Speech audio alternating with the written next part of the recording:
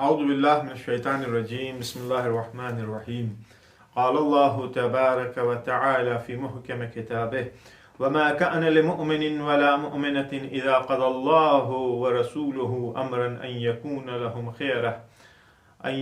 لهم خيرة من أمرهم ومن يعص الله ورسوله فقد ضل ضلالا مبينا.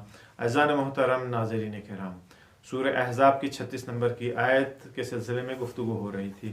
میں نے کل کہا تھا کہ آج میں ان عورتوں کے سلسلے میں گفتگو کروں گا جن کے اوپر دائمی لعنت ہوتی رہتی ہے.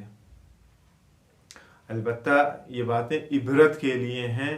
ہماری بہنیں، ہماری بچیاں، ہمارے گھروں کی خواتین ان سے درس حاصل کریں، اور اگر خدا نخواستہ کسی کے اندر یہ برائیاں موجود ہیں، اس طرح کی کوئی صفات موجود ہیں کہ ان کی وجہ سے وہ ملعون اور پروردگار عالم اور ملائکہ اور انبیاء الہی کی لعنت کی مستحق قرار پاتی ہیں، تو اس طرح کے باتوں کو چھوڑ دیں، اصلاً یہ بری صفات کو ترک کریں تاکہ مشمول رحمت الہی یہ قرار پائیں یہ افراد. اس کا یہ مطلب نہیں ہے، یہاں پہ یہ بھی وضاحت کر دوں، یہ نہ کوئی سوچے کہ نہیں صاحب ساری برائیاں عورتوں کے اندر ہیں، مرد دودھ کے دھلے ہوئے ہیں. نہیں، مرد دودھ کا دھلا ہوا نہیں ہے. تالیاں ہمیشہ دونوں ہاتھ سے بجتی ہے. ایک ہاتھ سے تو سیلی لگتی ہے، جھانپڑ لگ سکتا ہے، آدمی یوں کرے تو کسی کے منہ پہ بج جائے گا، لیکن اگر دونوں ہاتھ ملیں گے تو اس سے آواز نکلتی ہے، اور اسے کہتے ہیں تالی. تالی انسان خوشی میں ہی بجاتا ہے. مردوں کے اندر بھی برائیاں ہیں، اس کے سلسلے میں بھی انشاءاللہ گفتگو ہوگی. لیکن چونکہ اللہ کی عبادت کے بعد اگر کسی کی عبادت کا حکم ہوتا ایک عورت کے لیے تو وہ اس کا شوہر ہوتا. آپ عظمت کا اندازہ لگائیں اس بات سے کہ اللہ کے بعد اگر کسی کی عبادت کا حکم ہوتا تو شوہر ہوتا. تو جس شوہر کا مرتبہ اتنا بلند ہے اس کے ساتھ گھروں میں کیسے رہنا ہے، اس کی تو کم سے کم سینس اور سمجھ ہونی چاہیے. ہماری خواتین، ہماری بچیوں کو، ہماری بہنوں کو دوسری تمام چیزوں کی قابلیت معلوم ہے. فیشن آنے کے پہلے فیشن کے بارے میں پتہ ہے، میک اپ کی چیزوں کے بارے میں کبھی زندگی میں استعمال بھی نہ کیا ہو لیکن اس کے سلسلے میں ایکسپرٹ ہیں، بہترین. اور بھی دوسری چیزیں ہیں جو خواتین سے مخصوص ہیں، اس کے سلسلے میں تو بہت ہائی فائی ہو جاتا آدمی، لیکن جہاں پہ ذمہ داریوں کی بات آتی ہے وہاں پہ آدمی پیچھے ہٹ جاتا ہے.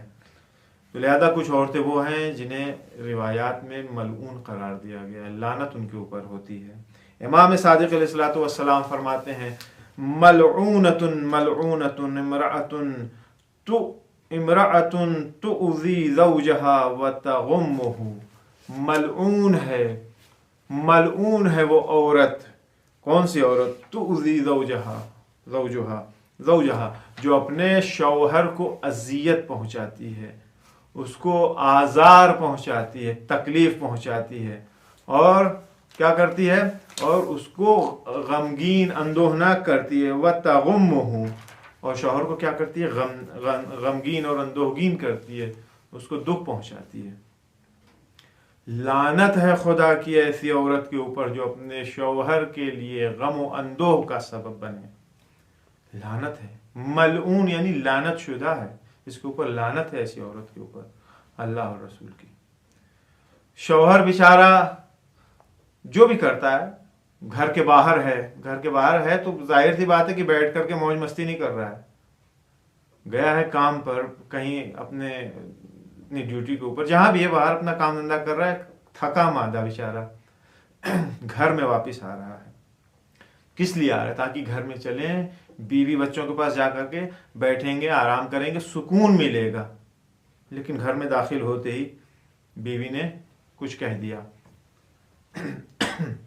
وہ کہہ دیا، وہ دل کے اوپر جا کر کے لگی. آرام تو ختم، سکون ختم. سیدھے داخل ہوتے ہی سوچ کے کیا آ رہا تھا کہ چلیں گے گھر میں سکون سے بیٹھیں گے، سب کے پاس بات کریں گے، آرام کریں گے. لیکن آتے ہی ایک جملہ شوہر کے نثار کر دیا.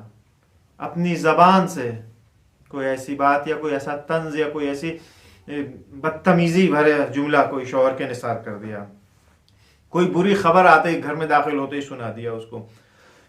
یا اپنی مشکلات کو اس طرح سے بیان کر رہی، اس طرح سے بیان کرے کہ وہ پھر دنیا ختم ہے اس کے بعد، یعنی اس سے بڑی مشکلات میں گرفتار کوئی دوسری عورت ہے. یہ ساری چیزیں شوہر کو مغموم کرتی ہے، محزون کرتی ہے، اندوہناک کرتی ہے. لہذا ایک اچھی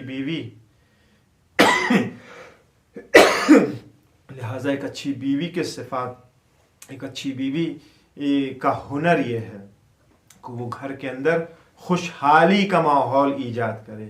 اگر خدا نخواستہ کوئی مسئلہ بھی ہے تو اس کو اپنے ہنر سے، اپنے کردار سے اس کو حل کرنے کی کوشش کرے، نہ یہ کہ ذرا سی تل کو تاڑ بنا دے.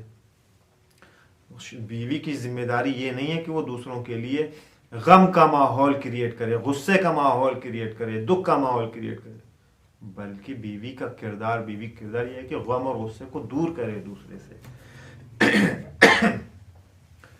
دوسری عورتیں وہ ہوتی ہیں جن کے اوپر لعنت ہوتی ہے، وہ عورتیں جو ہمیشہ اپنا منہ بنائے رکھتی ہیں. کبھی ان کا منہ سیدھا خوشحال نہیں ہوتا ہے، ہمیشہ منہ چڑھا ہی رہتا ہے. رسول اللہ صلی اللہ علیہ وآلہ وسلم فرماتے ہیں ما من امرأة ابست فی وجہ زوجها الا غضب اللہ علیہا وزبانیت العذاب. اللہ اکبر. آپ دیکھیں رسول اللہ کیا فرماتے، کہتے ہیں کہ ہر وہ عورت جو اپنے شوہر کی نگاہ میں ابوس ہو، یعنی شوہر کی نگاہ میں اس کی بیوی کا چہرہ، جس کے بیوی کا چہرہ چڑھا ہوا، ہمیشہ منہ پھولا ہوا ہو، چہرہ ٹیڑھا ہی رہتا ہو ہمیشہ، وہ کیا ہے؟ اور خود چہرہ، شوہر کی نگاہ میں چہرہ پھولا ہوا ہے، ٹیڑھا ہے، اور کیا یہ مثلا ڈیفیکٹ نہیں ہے، یعنی منہ بنائے رہتی ہے وہ عورت. یا شوہر جب بھی اس کی طرف دیکھے تو کبھی اس کا منہ سیدھا دیکھے ہی نہیں، ہمیشہ پھولا ہی رہے، منہ ٹیڑھا ہی رہے، لٹکا ہی رہتا ہے منہ.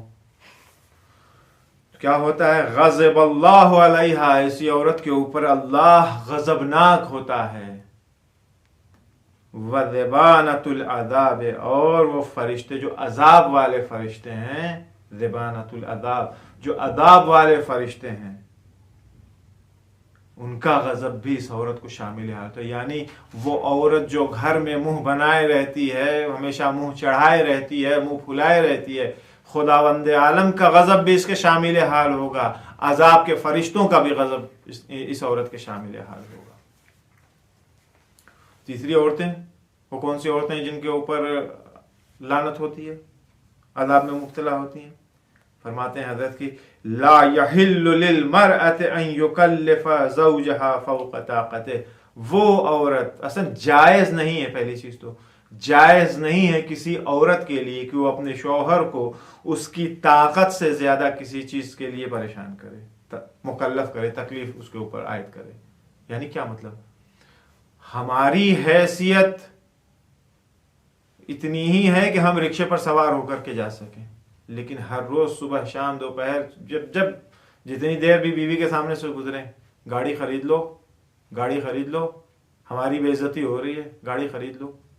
یہ تو میں نے بہت الگ سی مثال دی ہے، ورنہ ہمارے معاشرے میں آج کی لڑکیاں سب سے پہلا کام یہ کرتی ہیں، اچھا بھرا گھر جو ہوتا ہے اسے توڑنے کے چکر میں پڑتی ہیں. اپنا گھر الگ کرو، ہمیں ان کے ساتھ نہیں رہنا ہے، کسی کے ساتھ نہیں رہنا ہے، ہمارا اپنا الگ گھر ہونا چاہیے. بھائی یہ گھر بھی ہمارا اپنا ہی گھر ہے، لیکن نہیں، ہمارا گھر الگ کرو. وہ شوہر جو بیچارہ مر کھٹ کے آ رہا ہے، جتنی بھی اس کی طاقت ہے، جتنی بھی وسعت ہے، اس میں وہ خرچ پورا کر رہا ہے، سب مینٹین کر رہا ہے، سب کو ساتھ رکھ رہا ہے، لیکن نہیں، گھر الگ کرو. کہاں سے جائے گا؟ یہ لون لے گا، کچھ کرے گا، 50 سال 20 سال جو ہے وہ قسط بھرتا رہے. کہیں سے اگر آمدنی میں کمی ہو گئی تو قسط اترتے پھنسی ہو، دوسری مصیبت نازل ہو جائے گی.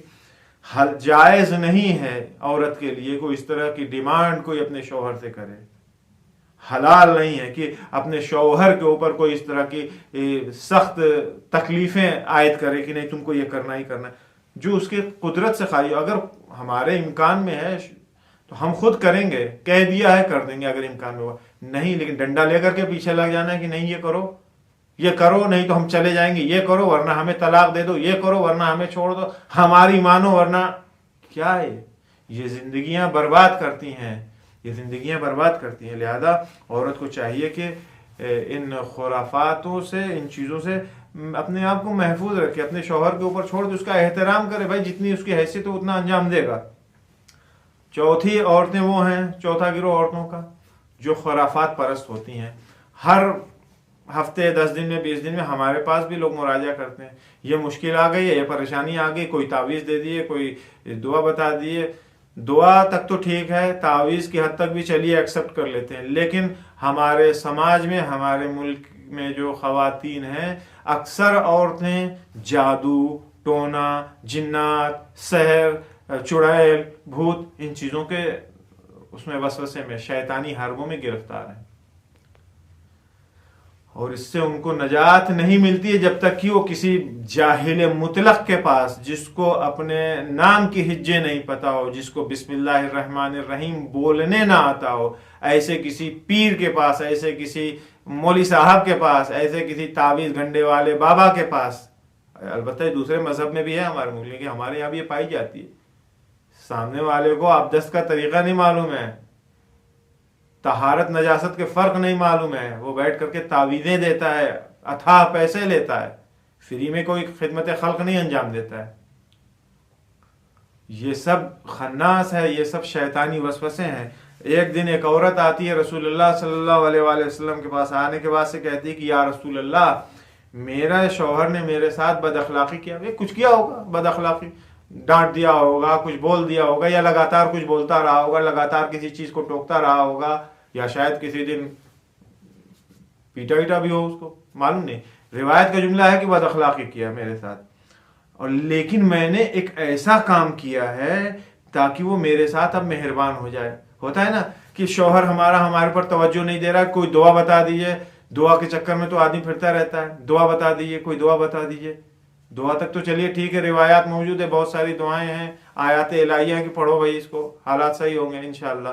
لیکن جاتے لوگ تعویذ لے کر کے آتے ہیں، کو تکیے کے نیچے رکھ دو، گھول کے پلا دو، فلاں چیز دم کر کے پھونک کے دے دو، فلاں چیز ان کی جیب میں ڈال دو، یہ سب۔ یعنی اس نے کہا کہ میں تو، میرے شوہر نے میرے ساتھ بدخلقی کیا ہے، بد اخلاقی سے میرے ساتھ پیش آیا، میں نے تو اس کے ساتھ ایک کام کر دیا تاکہ وہ میرے ساتھ مہربان ہے۔ یعنی میں گئی تھی اور وہ جادو سحر والے کے پاس، جو یہ لوگ باندھتے آنتے ہیں، ان کے پاس جا کر کے میں ہو کر کے آ رہی ہوں۔ جیسے ہی رسول اللہ صلی اللہ علیہ وآلہ وسلم نے سنا، بے انتہا ناراض ہوئے۔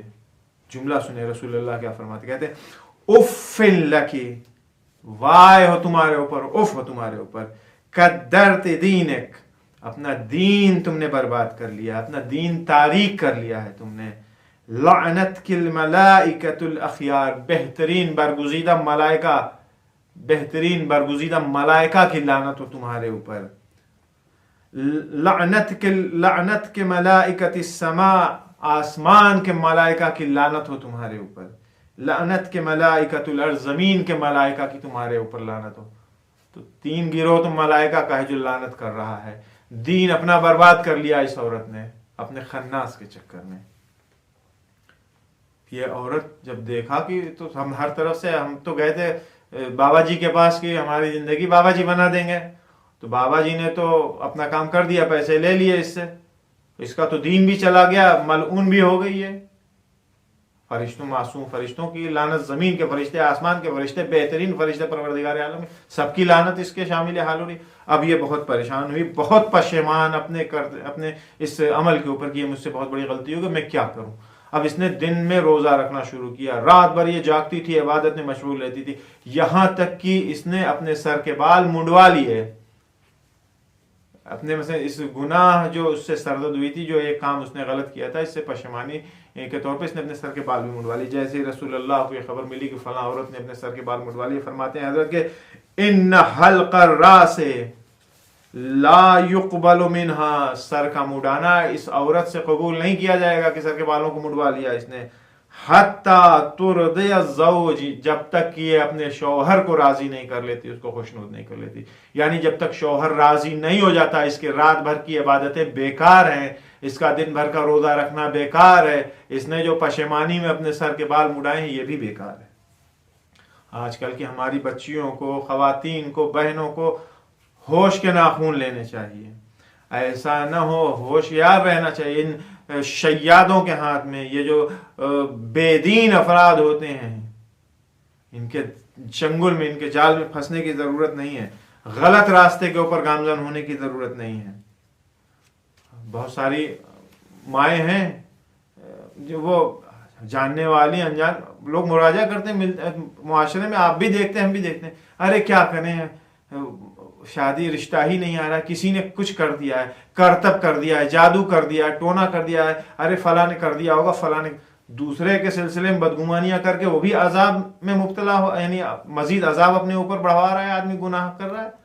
اور یہ جو خرافات دماغ میں بیٹھ گئی ہے، جب وقت تھا شادی کا تب تو دنیا کے بہانے بازی تھی. نہیں ہم کو انجینئر چاہیے، ڈاکٹر چاہیے، پیسے والا چاہیے، ہڈی والا چاہیے. ایک بار بھی یہ نہیں سوچا کہ ہم کو دیندار چاہیے، انسان چاہیے، دو لقمہ روٹی انسان کی جیسے شرافت سے کھلا سکے، پیٹ بھر سکے، ایک کپڑا جسم کے اوپر پہنا دے جس سے تن ڈھانکا جا سکے.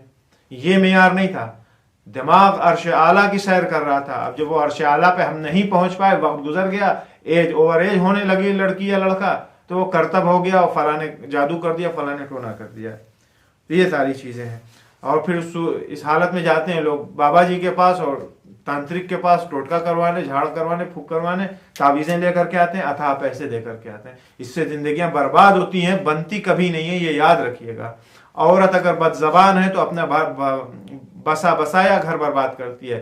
عورت اگر فخر فروش ہے، متکبر ہے، تو اپنی زندگی بھی برباد کرتی ہے، اپنے بعد والوں کی، اپنے شوہر کی، اپنے بچوں کی پوری زندگی برباد کرتی ہے. زینب بنت جہش، اس کے اندر 2 برائی تھی. اس 2 برائی کی بنیاد کے اوپر وہ اپنے شوہر کے ساتھ ٹک نہیں سکی. لہذا ایک عورت کو چاہیے کہ وہ اپنے شوہر کو اتنی ہی ذمہ داریاں، اتنی ہی تکلیف اس کے اوپر عائد کرے جتنی وہ بیچارہ انجام دے سکتا ہے. جو اس کی قدرت طاقت سے باہر ہے اس کے لیے کبھی اس سے اصرار نہ کرے. ایک چیز. دوسری چیز، عورت کو چاہیے کہ وہ اپنا اخلاق اپنے شوہر کے ساتھ اچھا رکھے، خوش خلق رہے. ہمیشہ ابوسن قمطریرہ، چہرہ چڑھائے ہوئے، بھون چڑھائے ہوئے، ناک چڑھائے ہوئے، منہ پھولائے ہوئے پڑے، یہ زندگی نہیں ہے. اور زینب بنت جہش کا معاملہ انہی بنیاد کے اوپر خراب ہوا ہے. پروردگار عالم کی بارگاہ میں ہم دعا گو ہیں کہ ہماری بچیوں کو، ہماری بہنوں کو، ہمارے خواتین کو توفیق دے، ان کو اتنی صلاحیت، اتنی سمجھ دے، ان کو شعور دے، تاکہ وہ اپنا مستقبل اپنے ہاتھوں سے بنائیں، جان بوجھ کر کے شیطان کے چنگل میں پھنس کر کے نہ اپنی زندگی برباد کرے نہ کسی دوسرے کی. والسلام علیکم ورحمۃ اللہ وبرکاتہ.